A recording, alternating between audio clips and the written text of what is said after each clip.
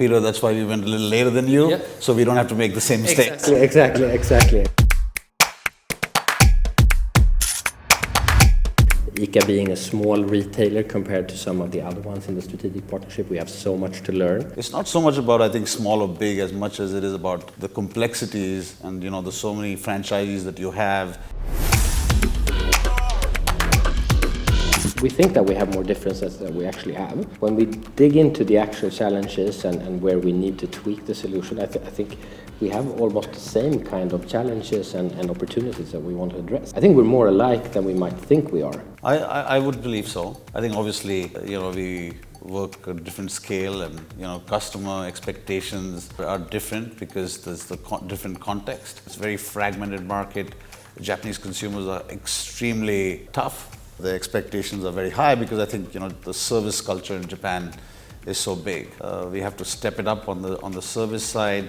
There's just a lot more choice, I think, in Japan being the market that it is. I see that difference, but as you said, Peter, there's so many similarities on developing an approach to the challenges that we have.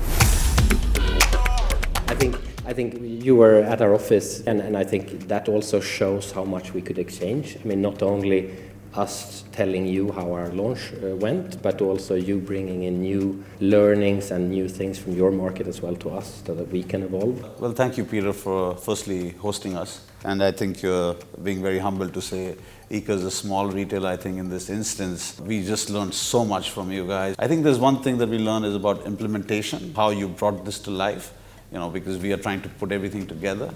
But the other side, as you talked about, is the approach, on the business side. What kind of assortment? How do you acquire customers?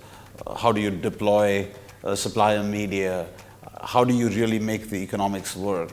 And really getting to the core content of it. We may be large. I think that the problems are innately quite similar. And I mean, on ICA, we have the business model of the independent retailer owning the customer and driving the local business from the store. And I think that also helps driving the platform towards being even more customized to the local market. Our model also brings some maybe complexity into the system, but also the possibility and the opportunity to drive it even further when it comes to personalization and localization, which I think is key to create that superior offer for the local market. I think you're right. I think it's certainly, it seems daunting that you have 1,200 different web shops. Obviously, it must have been a great challenge for Ocado to work on, but the complexity that they've had to deal with then sets them up to help the rest of the partnership after having gone through such a complex implementation. I think in the end, we'll all be better for it.